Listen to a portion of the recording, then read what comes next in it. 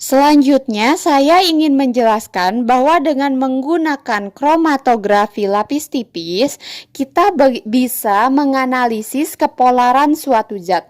Jadi misal kayak gini, kita punya senyawa A, B, dan C. Mau kita bandingkan kepolarannya dengan menggunakan kromatografi lapis tipis atau mau kita analisis kepolarannya. Pertama kita totalkan dulu di sini senyawa A, senyawa B, dan senyawa C. Nah, kemudian kita kembangkan atau rendam di chamber atau di wadah.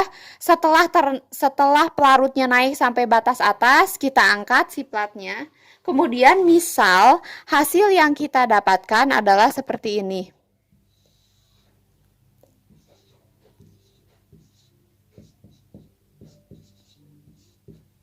Nah, jika kalian tadi belajar tentang teori RF, maka RF yang paling tinggi adalah senyawa apa?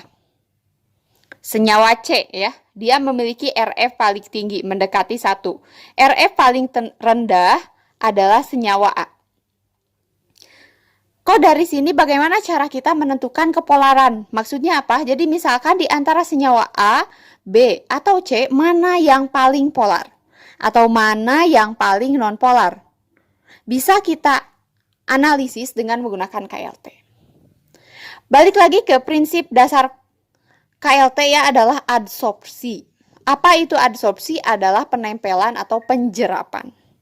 Jadi, dalam kromatografi yang menggunakan prinsip adsorpsi seperti KLT ya, karena menggunakan silika, senyawa yang polar akan terikat kuat di silika.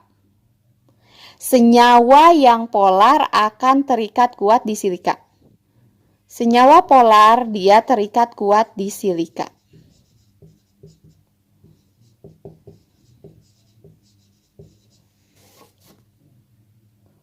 Senyawa polar terikat kuat di silika.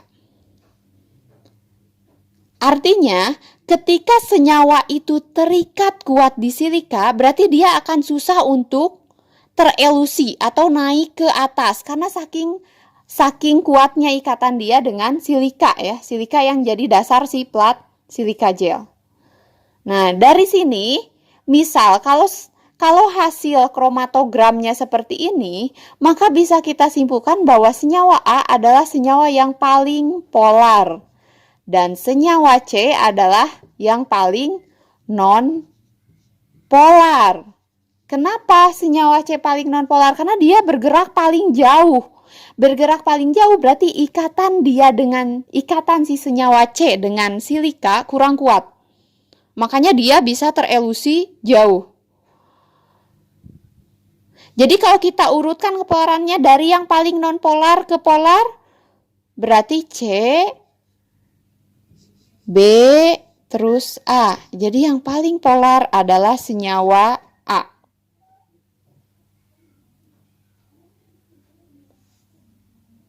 Saya lanjut ya, saya kasih case atau kasus lain. Misal, ketika kita menganalisis dengan menggunakan KLT, kita misalkan menotolkan di titik ini ya, menotolkan suatu senyawa A dan senyawa B. Terus kita rendam di eluen dan ketika setelah dikembangkan, dia cuma naik dikit, misalkan si bercaknya hanya di sini nih.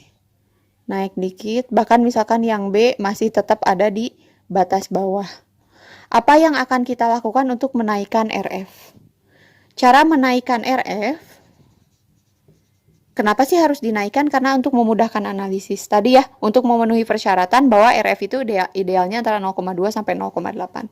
Jadi kalau kita misalkan dapat PAT, KLT atau menganalisis suatu senyawa, RF-nya terlalu kecil, kita perlu menaikkan si RF-nya. Bagaimana cara menaikkan RF? Yaitu dengan meningkatkan kepolaran eluen atau pelarut organik.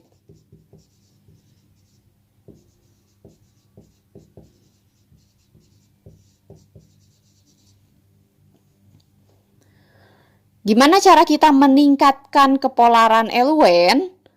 Ya ditambah eluen yang polar. Jadi misalkan pas di awal nih, kok kalau pakai etanol doang, misalkan kita rendam di etanol, kok pakai etanol doang dia nggak naik. Bercaknya tetap di situ-situ aja. Berarti kita tambah, misalkan ganti dengan yang lebih polar, contohnya air atau asam asetat glasial, misalkan seperti itu ya. Sebaliknya untuk menurunkan RF, kita harus menurunkan, misalkan ya, menurunkan si kepolaran eluen ya. Ya misalkan dapat bercak terlalu tinggi nih, mepet di, jadi RF-nya 1, terlalu mepet di batas atas batas atas plat misalkan gitu ya. Maka kita perlu menurunkan kepolaran eluennya. Jadi misalkan ketika kita menggunakan etanol, oh ketika direndam di etanol, RF-nya terlalu tinggi, berarti kita ganti pelarutnya. Misal bisa dengan yang kepolarannya lebih rendah dibanding etanol. Contohnya apa? Ada kloroform, etil asetat, atau yang lain-lain ya. Seperti itu.